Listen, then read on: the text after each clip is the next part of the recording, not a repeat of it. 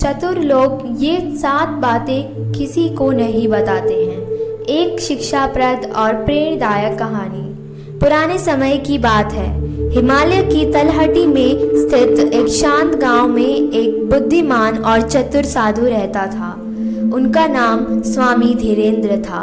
स्वामी जी के ज्ञान और चतुराई की दूर दूर तक चर्चा होती थी। लोग उनके पास जीवन की समस्याओं का समाधान पाने आते और वे सटीक तरीके से हर व्यक्ति को उसकी ज़रूरत के अनुसार सलाह देते। उनके शिष्य और अनुयायी भी उनकी चतुराई से चकित रहते और सोचते कि आखिर स्वामी जी इतने सफल और संतुलित कैसे रहते हैं। एक दिन एक युवा जिसका नाम अर्जुन था स्वामी जी के पास आया। अर्जुन जीवन में बार बार असफल हो रहा था और उसे समझ नहीं आ रहा था कि क्यों। वह स्वामी जी से अपने जीवन की समस्याओं का हल जानना चाहता था।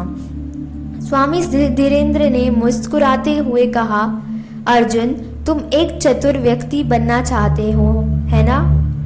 अर्जुन ने सिर हिलाते हुए कहा, जी स्वामी जी, लेकिन मुझे नहीं पता है कि चतुर लोग कैसे सोचते हैं और सफल होते हैं। कृपया मुझे आप मार्गदर्शन दें। स्वामी धीरेन्द्र ने अर्जुन को पास बुलाया और एक गहरी सांस लेने को कहा। चतुर लोग कुछ बातें अपने भीतर ही रखते हैं। वे उन बातों को किसी के साथ साझा नहीं करते क्योंकि उन बातों में उनकी सफलता और शांति का राज छिपा रहता है। आज मैं तुम्हें उन 7 बातों के बारे में बताऊंगा जिन्हें चतुर लोग किसी को नहीं बताते और यही उनके जीवन का असली रहस्य होता है। पहला, अपनी योजनाएं कभी उजागर नहीं करते। स्वामी जी ने बताया, चतुर लोग कभी भी अपनी भविष्य की योजनाएं किसी के साथ साझा नहीं करते। वे जानते हैं कि जब तक योजना क्रियावंती नहीं हो जाती उसे गुप्त रखना ही बेहतर होता है।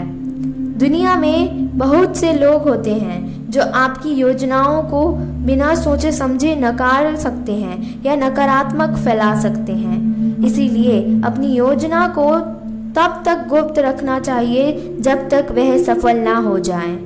अर्जुन ने सिर हिलाया और महसूस किया कि अक्सर वह अपनी योजनाओं के बारे में लोगों से बात कर बैठता था और बाद में उसे उनका नकारात्मक प्रभाव भी झेलना पड़ता था। दूसरा, अपनी असफलताओं को अपनी ताकत बनाते हैं। चतुर लोग अपनी असफलताओं के बारे में भी दूसरों से कम ही कहते हैं। स्वामी धीरेन्द्र ने कहा, वे असफलताओं को छिपाते नहीं बल्कि उनसे सीखते हैं। वे जानते हैं कि असफलता भी एक शिक्षा है। वे अपनी गलतियों को दोबारा नहीं दोहराते और यही उनकी सफलता की ओर एक कदम होता है। वे अपनी असफलता को अपनी कमजोरी नहीं बल्कि अपनी ताकत बनाते हैं। अर्जुन सोच में पड़ गया क्योंकि वह अपनी असफलताओं को लेकर हमेशा दुखी रहता था और दूसरों से चर्चा करता था कि लेकिन इससे उसे कुछ फायदा नहीं हुआ। तीसरा, अपने संघर्ष को कहानी नहीं सुनाते। स्वामी जी ने एक कहानी सुनाई। जब कोई व्यक्ति पहाड़ चढ़ता है तो वह केवल उस समय की बात करता है जब वह शिखर पर पहुंच जाएगा, लेकिन चतुर लोग उस कठिन यात्रा के संघर्षों की चर्चा नहीं करते। वे जानते हैं कि उनकी यात्रा का असली आनंद उनके लिए है, दुनिया को दिखाने के लिए नहीं। अपने संघर्ष को निजी रखना और उसे अपने भीतर सहेजना ही असली चतुराई है। अर्जुन को याद आया कि वह अपने संघर्षों के बारे में दूसरों से खूब बातें करता था, लेकिन इससे उसकी स्थिति और अधिक दयनीय लगने लगी थी। चौथा, अपने अगले कदम को रहस्य बनाते रखता है। स्वामी धीरेन्द्र ने अर्जुन की आंखें में देखते हुए कहा, चतुर लोग हमेशा अपने अगले कदम को रहस्य में रखते हैं। वे बिना किसी को बताए अपनी दिशा बदल सकते हैं। इस रहस्यमय स्वभाव के कारण उनके विरोध कभी भी यह अंदाज़ा नहीं लगा पाते कि वे क्या करना जा रहे हैं। इससे उन्हें हमेशा एक मानसिक बढ़त मिलती है। अर्जुन ने सोचा कि वह अपनी योजनाओं को पहले ही उजागर कर देता था, जिसके कारण उसके प्रतिस्पर्धी उसका फायदा उठा लेते थे। 5वां, अपने ज्ञान को अपने भीतर संजोते हैं।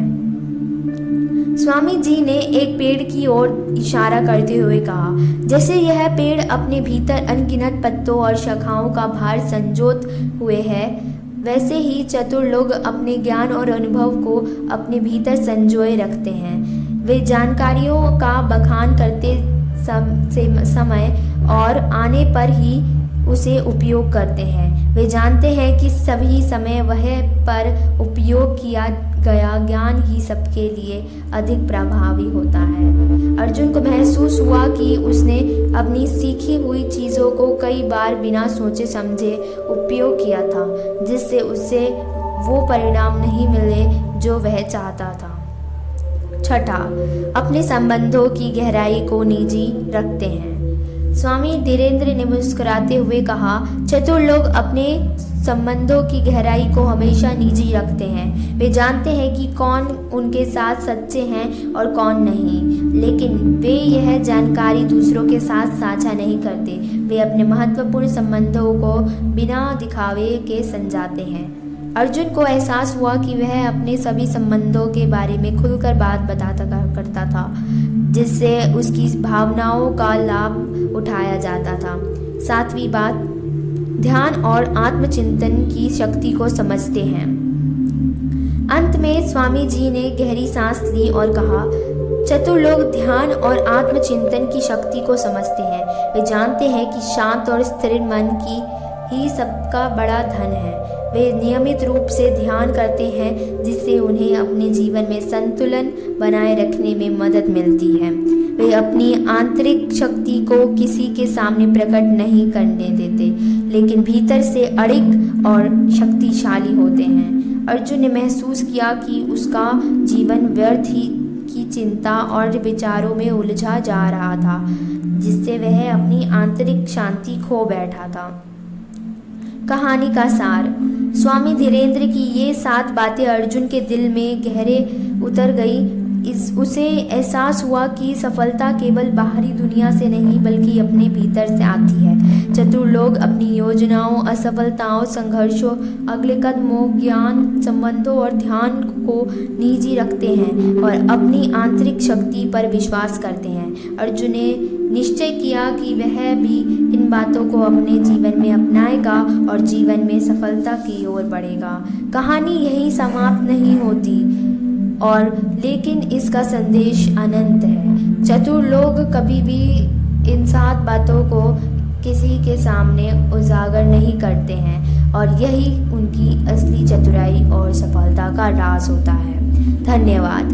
यह कहानी आपके जीवन के हर मोड़ पर प्रेरणा देगी और अपने भीतर ही शक्ति को पहचानने और सफलता की ओर बढ़ाते जाओ। अगर आपको यह कहानी अच्छी लगी तो धार्मिक सुविचार चैनल को लाइक, सब्सक्राइब और शेयर करना ना भूलें। धन्यवाद।